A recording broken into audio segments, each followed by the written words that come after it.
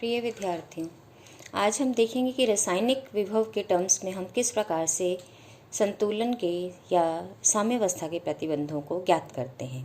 हम देख चुके हैं कि हमारे पास जो रासायनिक विभव है उसको हम एंट्रोपी के टर्म्स में भी डिफाइन कर सकते हैं, आंतरिक ऊर्जा के टर्म्स में भी डिफाइन कर सकते हैं, हेल्महोल्ट्ज़ फ्री एनर्जी के टर्म्स में भी डिफाइन कर सकते हैं और गिब्स ऊर्जा के टर्म्स में भी डिफाइन कर सकते हैं। और इसके लिए जो प्रतिबंध हैं, बाउंड्री कंडीशंस हैं, वो सबके लिए क्या हो जाती हैं, अलग अलग हो जाती हैं। एंट्रोपी का परिवर्तन अणुओं की संख्या के साथ जब हम उसको टेम्परेचर से गुणा करते हैं तो मुझे रासायनिक विभव देता है। कब? जबकि निकाय की ऊर्जा, निकाय का आयतन और निकाय के शेष घटकों में अणुओं की संख्या नियत है। रासायनिक विभव की हम एक और डेफिनेशन देते हैं कि ये आंतरिक ऊर्जा का किसी घटक में अणुओं की संख्या के साथ परिवर्तन है, जबकि निकाय की एंट्रोपी, निकाय का आयतन और निकाय के शेष घटकों में अणुओं की संख्या नियत है। रासायनिक विभव हेल्महोल्ट्ज़ फ्री एनर्जी का अणुओं की संख्या के साथ परिवर्तन है, जबकि निकाय के ताप, निकाय का आयतन और निकाय के शेष घटकों में अणुओं की संख्या नियत है। रासायनिक विभव को हम गिब्स ऊर्जा के रूप में भी डिफाइन कर सकते हैं कि ये गिब्स ऊर्जा का अणुओं की संख्या के साथ परिवर्तन है, जबकि निकाय का ताप, निकाय का दाब और निकाय के शेष घटकों में अणुओं की संख्या नियत है। तो यहाँ पर अब हम विभिन्न प्रावस्थाओं में जब साम्यावस्था की बात कर रहे हैं तो हम इसकी जो डेफिनेशन ले रहे हैं रासायनिक विभव की, वो गिब्स ऊर्जा के साथ ले रहे हैं।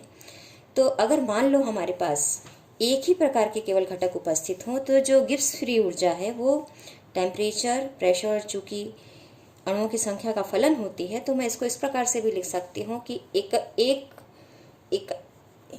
एक अणु के लिए जो गिब्स ऊर्जा फलन है उसको मैं अणुओं की संख्या के साथ गुणा कर दूं तो मुझे कुल गिब्स ऊर्जा मिल जाएगी। तो इसलिए म्यू आर को मैं, जो कि एंट्रोपी का परिवर्तन है अणुओं की संख्या के साथ, उसको मैं GRTP के फॉर्म में लिख सकती हूँ। लेकिन अगर निकाय में बहुत सारे घटक हों तब निकाय की जो गिब्स ऊर्जा है वो TP और अलग अलग घटकों में अणुओं की संख्या का फलन होगी। तो ऐसी स्थिति में जो गिब्स ऊर्जा प्रति अणु है, या फिर हम ये कहें जो रासायनिक विभव है गिब्स ऊर्जा का अणुओं की संख्या के साथ परिवर्तन, वो प्रति अणु गिब्स ऊर्जा के बराबर नहीं होगा, क्योंकि हर घटक में अणुओं की संख्या अलग अलग है। तो ये था आपके पास रासायनिक ऊर्जा का मान प्रति अणु गिब्स ऊर्जा के बराबर कब होगा और कब नहीं होगा। तो हमने मान लिया अब कि हमें निकाय के प्रावस्थाओं में संतुलन के लिए प्रतिबंध निकालना है। तो हमने ये मान लिया कि निकाय में दो ही प्रावस्थाएं हैं, फेज़ 1 और फेज़ 2। और फेज़ से हम पहले मतलब समझ सकते हैं कि ये निकाय ठोस में भी अवस्था में भी हो सकता है, गैस में भी हो सकता है और द्रव अवस्था में भी हो सकता है। मान लिया हमने प्रावस्था 1 में अणुओं की संख्या N1 है, प्रावस्था 2 में अणुओं की संख्या N2 है। रासायनिक विभव प्रावस्था 1 का μ1 है, प्रावस्था 2 का रासायनिक विभव μ2 है। कुल गिब्स ऊर्जा पहले फेज़ के लिए G1, दूसरे फेज़ के लिए G2 और प्रति अणु गिब्स मुक्त ऊर्जा फलन अगर मैं लिखूं तो ये हो जाएगा स्मॉल g1 और स्मॉल g2। अब निकाय किसी ताप और दाब पर है और उसमें कोई अत्य अणु अल्प परक्रम होता है, यानी स्थैतिक कल्प प्रक्रम होता है, तो उसमें स्वाभाविक है कि उसकी अणुओं की संख्या में भी परिवर्तन हो रहा प्रक्रम होने पर और उसकी गिब्स ऊर्जा में भी परिवर्तन होगा। तो गिब्स ऊर्जा में जो परिवर्तन है वो अणुओं की संख्या में परिवर्तन पर निर्भर करता है।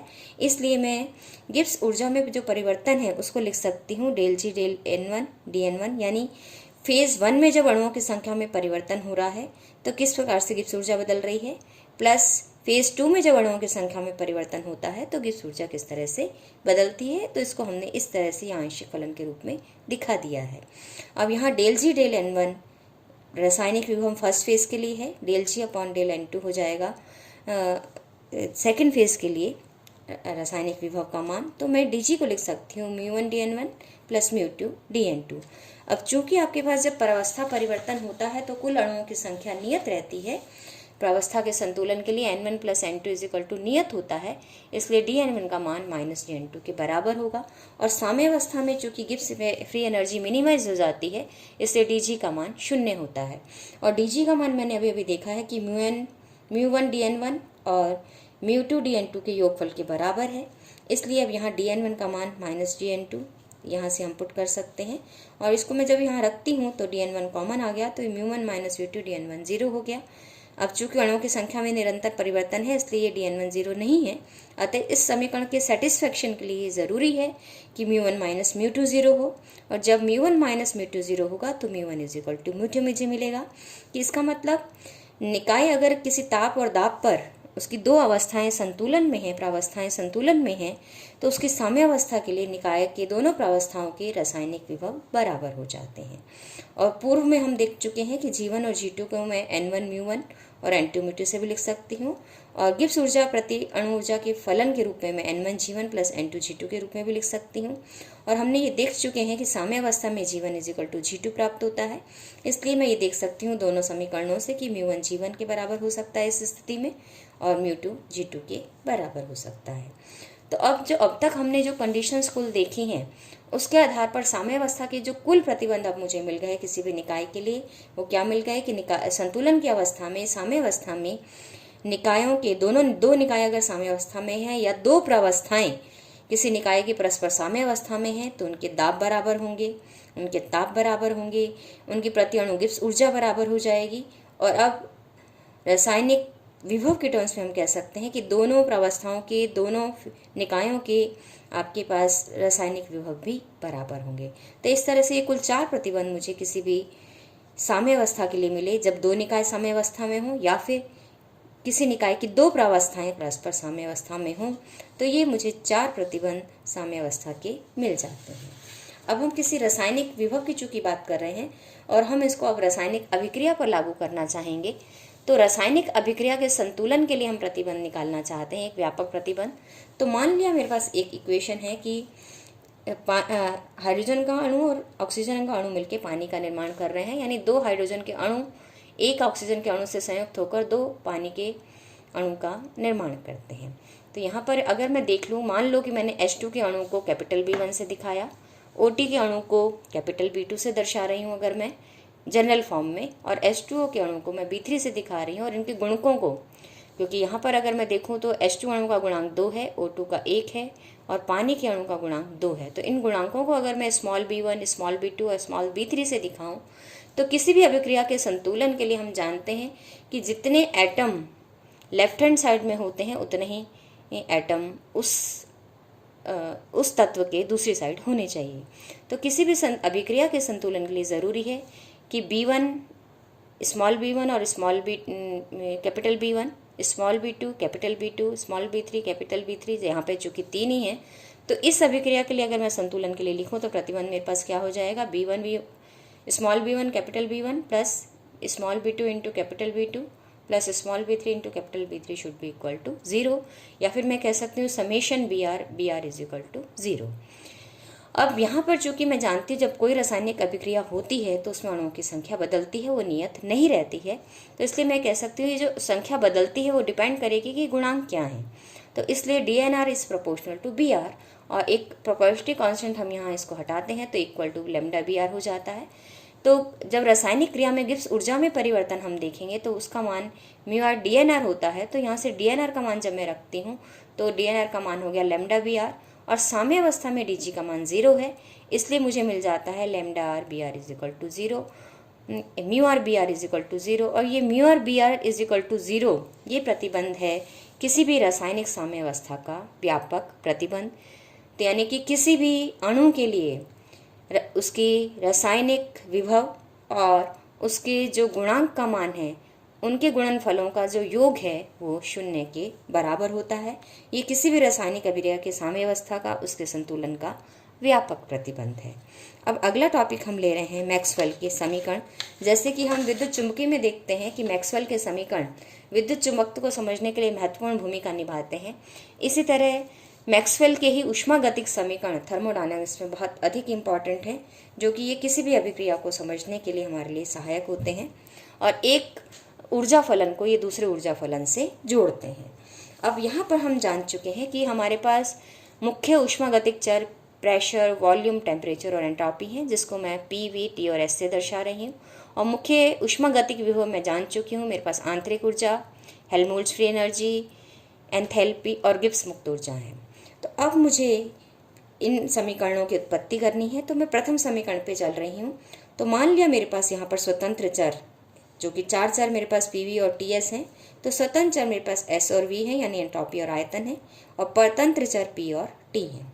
तो अब हम यहाँ पर ऊष्मागतिकी का प्रथम और द्वितीय नियम को जब मैं कंबाइन करती हूँ तो यहाँ पर मुझे मिल जाता है कि आंतरिक ऊर्जा में परिवर्तन TdS माइनस PdV के बराबर होगा। क्यों? क्योंकि मैं जानती हूँ कि निकाय को दी गई ऊष्मा प्रथम नियम से delta Q is equal to आंतरिक ऊर्जा में परिवर्तन प्लस उसके द्वारा किए गए कार्य के बराबर होती है, यानी DE बार प्लस PdV होता है।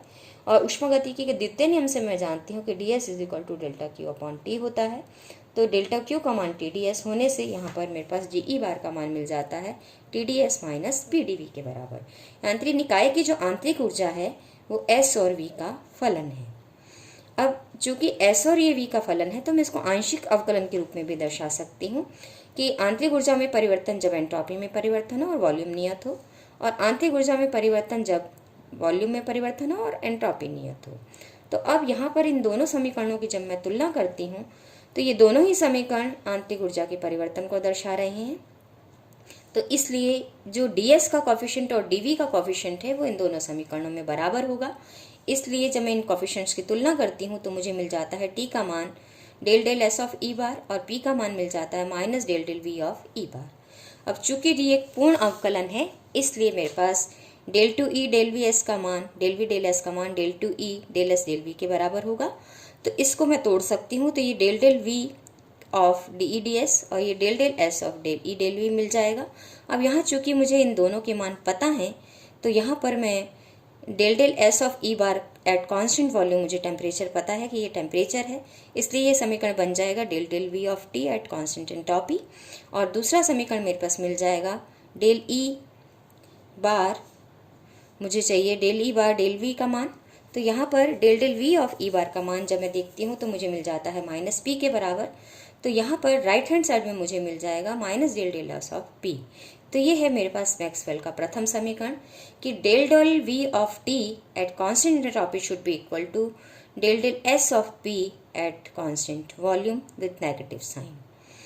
कि ताप का वॉल्यूम के साथ परिवर्तन जब एंट्रोपी कांस्टेंट है किसके बराबर होता है? दाब के एंट्रोपी के साथ परिवर्तन के बराबर हो, ऋणात्मक परिवर्तन के बराबर होता है, जबकि आयतन नियत है। तो यह है ऊष्मागतिकी का प्रथम मैक्सवेल का प्रथम समीकरण ऊष्मागतिकी के लिए। अब हम दूसरे समीकरण की ओर जाते हैं और दूसरे समीकरण में हम मान लेते हैं कि स्वतंत्र चर मेरे पास टी और वी हैं और परतंत्र चर पी और एस हैं। और यहाँ पर चूंकि टी और एस का जो फलन है वो है हेल्महोल्ट्ज मुक्त ऊर्जा, इसलिए मैं हेल्महोल्ट्ज मुक्त ऊर्जा को डिफाइन करते हैं। हमें मालूम है कि हेल्महोल्ट्ज मुक्त ऊर्जा बराबर होती है E bar minus T S के। तो गिब्स ऊर्जा में हेल्महोल्ट्ज मुक्त ऊर्जा में परिवर्तन को अगर मैं लिखूंगी तो वो हो जाएगा D E bar minus T D S minus S D T. इसको एक को कांस्टेंट रखा, दूसरे का डिफरेंशियल किया है। और चूंकि डी ई बार माइनस जो टी डी एस है वो पी डी वी के बराबर होता है माइनस के प्रथम नियम से, इसलिए आपके पास यहाँ पर D E bar minus T D S का मान मैंने माइनस पी डी वी रख दिया है।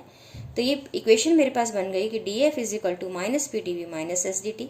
यानी यहाँ मैं ये देख सकती हूँ कि जो हेल्महोल्ट्ज मुक्त ऊर्जा है वो आयतन और टेम्परेचर का फलन है।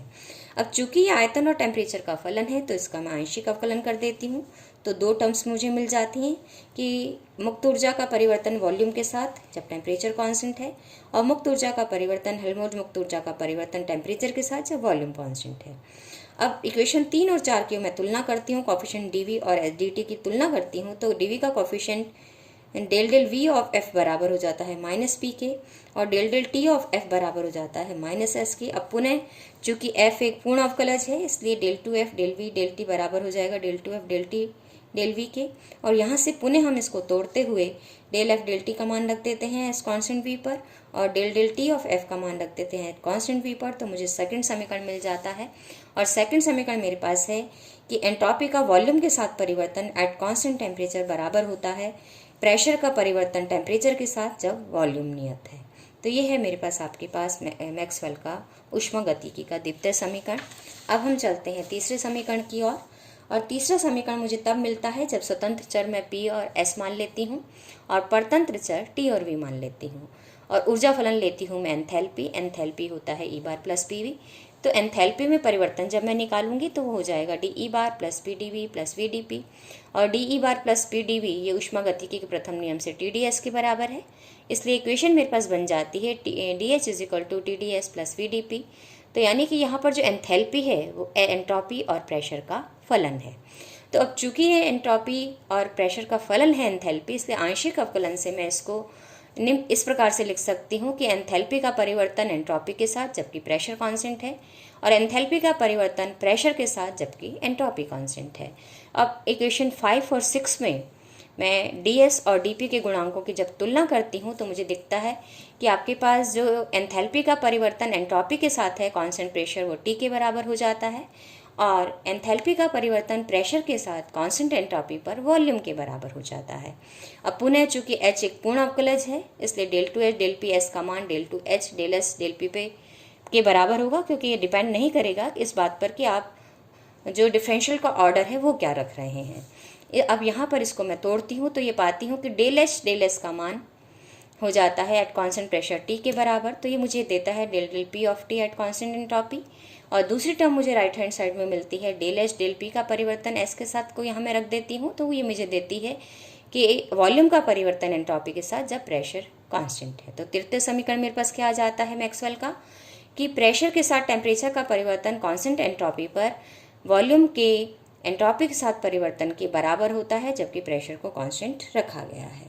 अब हम चलते हैं ऊष्मागतिकी के चौथे समीकरण की ओर, मैक्सवेल के चौथे समीकरण की ओर। तो इसमें हमने मान लिया स्वतंत्र चर T और P हैं और परतंत्र चर S और V हैं। अब गिब्स ऊर्ध्व फलन को मैं जानती हूँ, वो बराबर होता है E बार प्लस PV माइनस TS के।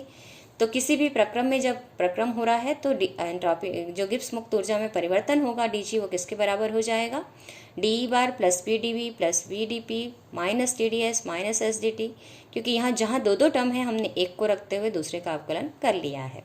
अब यहाँ से E बार plus PdV DE bar plus PdV प्रथम समीकरण से ऊष्मागतिकी के और द्वितीय समीकरण का सामूहिक रूप में ये मुझे TdS के बराबर मिल जाता है। इसलिए TdS और TdS एक प्लस का है एक माइनस का है, ये कट जाता है। तो मेरे पास गिब्स ऊर्जा में जो परिवर्तन मुझे मिलता है वो VdP माइनस SdT के बराबर होता है। तो यहाँ से अगर हम देखें तो इसका मतलब जो गिब्स मुक्त ऊर्जा है वो प्रेशर और टेम्परेचर का फलन है। अब आंशिक अवकलन के रूप में मैं इसको व्यक्त करती हूँ। तो गिब्स ऊर्जा में परिवर्तन प्रेशर के साथ एट कांस्टेंट टेम्परेचर पर और गिब्स ऊर्जा में परिवर्तन टेम्परेचर के साथ प्रेशर कांस्टेंट होने पर, यह समीकरण मुझे दिखाता है। अब समीकरण 7 और 8 की जब मैं तुलना करती हूँ तो DP यानी प्रेशर DP का कॉफिशिएंट और DT के कॉफिशिएंट्स को बराबर करती हूँ, तो यहाँ मुझे दिख रहा है कि del del P of G का मान आपके पास V के बराबर है और del del T of G का मान at constant pressure minus S के बराबर हो जाता है, जो कि यहाँ मैंने दर्शाया है। अब चूंकि G पुनः एक पूर्ण अवकलन है, इसलिए ऑर्डर पर फर्क नहीं पड़ेगा कि मैं प्रेशर के साथ पहले अवकलन करती हूँ या टेम्परेचर के साथ। इसलिए del 2G del P del T का मान del 2G del T del P के बराबर होगा।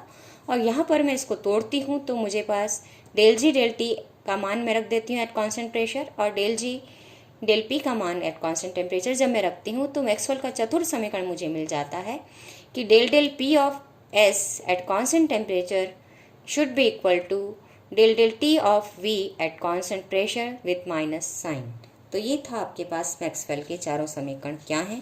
यहाँ पर हमने उसको संक्षिप्त रूप में दिखा रखा है कि मैक्सवेल के चारों समीकरण की फॉर्म ये है। यहाँ अगर आप ध्यान दें, इसको संक्षिप्त रूप में याद रखने के लिए अगर आप ध्यान दें तो T और S वेरिएशन अगर T का देख रहे हैं तो एंट्रोपी कांस्टेंट है, वेरिएशन P का देख रहे हैं तो वॉल्यूम कांस्टेंट है। अगर एंट्रोपी का परिवर्तन देख रहे हो तो आपके पास टेम्परेचर कांस्टेंट है, टेम्परेचर का परिवर्तन देखते हो तो एंट्रोपी कांस्टेंट है। यहाँ पर प्रेशर का परिवर्तन देखते हो तो वॉल्यूम कांस्टेंट है, वॉल्यूम का परिवर्तन देखते हो तो प्रेशर कांस्टेंट। तो इस तरह से आप इसको ध्यान में रखते हुए कि T और S एक साथ आ रहा है और P और V एक साथ आ रहा है हर जगह, तो आप इन समीकरणों को याद रख सकते हैं। और इन समीकरणों से मुझे एक चीज़ और देखने को मिली कि प्रेशर, वॉल्यूम, टेम्परेचर और एंट्रोपी के लिए भी मुझे संबंध मिलते हैं। तो प्रेशर को मैं जोड़ सकती हूँ वॉल्यूम चेंज के साथ किस किस के, आंतरिक ऊर्जा के और हेल्महोल्ट्ज़ फ्री एनर्जी के। और इसी तरह वॉल्यूम को मैं जोड़ सकती हूँ प्रेशर के परिवर्तन के साथ किस किस के लिए, एंथैल्पी और गिब्स मुक्त ऊर्जा के लिए। इसी तरह टेम्परेचर को मैं जोड़ सकती हूँ आपके पास एंट्रोपी के परिवर्तन के साथ आंतरिक ऊर्जा और एंथैल्पी के। और एंट्रोपी को मैं जोड़ सकती हूँ टेम्परेचर के परिवर्तन किस किस के लिए, हेल्महोल्ट्ज़ फ्री एनर्जी और गिब्स फ्री एनर्जी के लिए। तो ये संक्षेप में मैक्सवेल समीकरणों को जो हमने डिराइव किया, तो ये मैक्सवेल समीकरण किस प्रकार से मुझे मिलते हैं और PV और TS के लिए क्या मुझे संबंध प्राप्त होते हैं और ये सारे संबंध मेरे पास ऊष्मागतिकी के अध्ययनों के लिए बहुत महत्वपूर्ण साबित होते हैं। धन्यवाद।